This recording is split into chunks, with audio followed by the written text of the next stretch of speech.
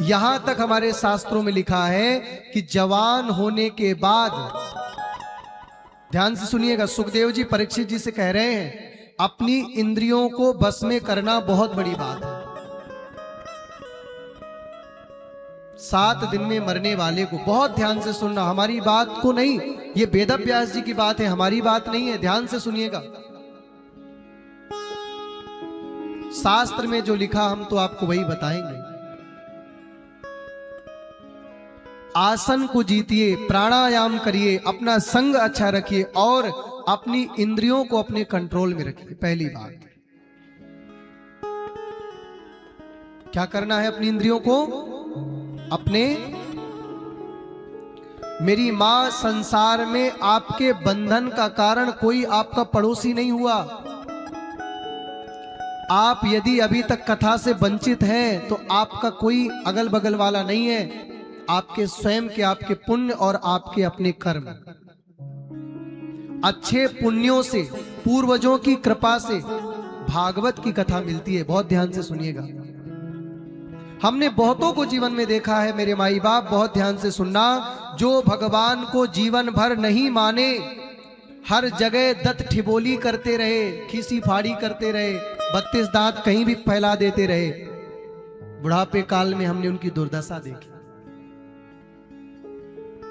भागवत में यहां तक लिखा है कि अपनी इंद्रियों को कंट्रोल में कर पाना सौभरी ऋषि जैसों की बस की बात नहीं रही। सौभरी ऋषि जी बहुत अच्छे भजनानंदी थे। एक बार मत्स्य को काम क्रीड़ा करते देखा तो उनके अंदर विकार आ गया। शास्त्र कहते हैं कि जब हमारी बेटी ही बड़ी हो जाए, जवान हो जाए, तो एक पिता को अकेले अपने बेटी के कमरे में भी नहीं जाना चाहिए। हमारी बात से यदि आप लोग सहमत हैं तो बताएंगे हाँ या ना। काम, ये जितने भी उल्टे सीधे काम आज हो रहे हैं, सबसे ज्यादा उल्टी सीधी खबरें आ रही हैं, इसका विकार काम जन्म ही एकांत में लेता है। आज जितने भी उल्टे सीधे काम होते हैं, या तो फिर किसी कैफे का सहारा लेके, किसी उल्टे सीधी जगह का सहारा लेके, या तो फिर एक कथा आती है, एक बार एक ऋषि थे, वो संध्या बंदन करके उन्होंने कहा वेद व्यास जी से कि आपने जो लिखा है बलवान इंद्रिय ग्रामो, इंद्रियों का ग्राम बड़ा बलवान होता है। बहुत ध्यान से सुनिएगा, आपने वेद व्यास जी गलत लिख दिया। पहले हमारी तरफ सब देखें, बहुत अच्छी बात कहने जा रहा हूं, प्रेम से बोले राधे राधे, राधे सोफा वाले राधे राधे, और जोर से आप बोलिए, अभी और आनंद नहीं आया। अरे जोर से बोलो ना प्यारे, भोजन तो करके ही आए हैं। वेद व्यास जी से एक बार एक महापुरुषों ने कह दिया कि आपने ये कैसे लिख दिया कि इंद्रियों का ग्राम इतना बलवान है कि हमारे कंट्रोल में नहीं रहता। इंद्रियां हमारे कंट्रोल में है। वेद व्यास जी कहते हैं आप चिंता मत करिए, एक घड़ी ऐसी आएगी हम आपको बता देंगे कि इंद्रियां किसके कंट्रोल में रह पाएंगी। बड़े बड़े ज्ञानी ध्यानी संत ऋषि अपने कंट्रोल में नहीं कर पाए, हम और आप क्या हैं? 3 ऋण मानव के जन्म से चढ़ जाते हैं, देव ऋण, ऋषि ऋण और पितृ ऋण। ऋषि ऋण हमें बार बार सिखाते हैं कि शास्त्रों की बताई गई बातों को मानना चाहिए, ये ऋषि ऋण है। एक बार एक स्त्री उन्हीं ऋषि के आश्रम के सामने आकर के खड़ी हो गई बारिश में, जो कह रहे थे कि इंद्रियां हमारे कंट्रोल में है।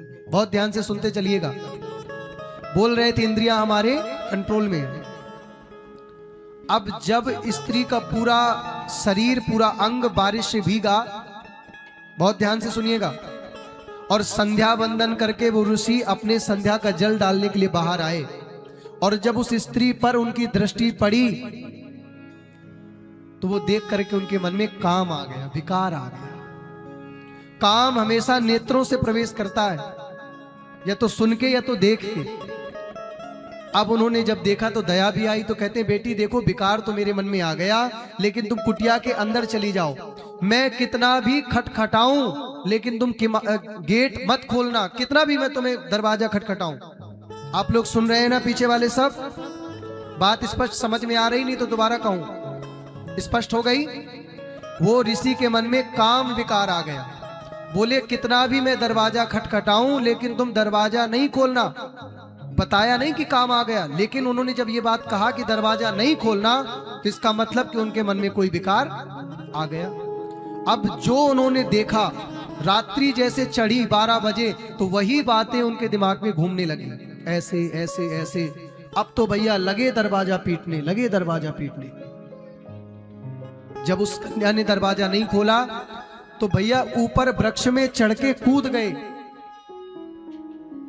और वहीं पर वेदव्यास जी प्रकट हो गए। शास्त्र यहां तक कहते हैं जब हमारी बेटी जवान हो, अपनी मां के साथ भी रहने के लिए मना किया है। एक समय के बाद एकांत में बहुत देर तक नहीं रहना चाहिए।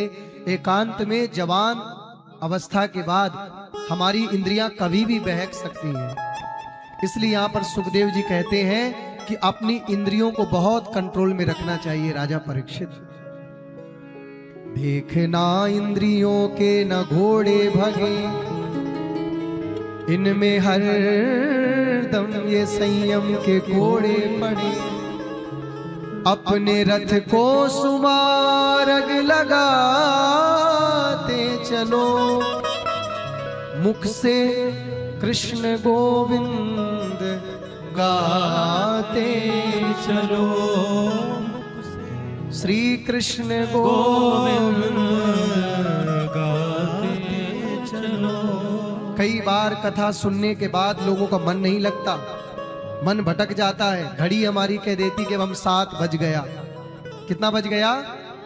मेरी माँ, आज मैंने आपको 2-3 बातें ऐसी बताई कि आज यदि आप, रोज ही बताता हूं मैं, अगर आप इन बातों को अमल कर लिए, इन बातों पर खरे उतर गए, तो तुम संसार में आने का मकसद समझ जाओगे प्यारे।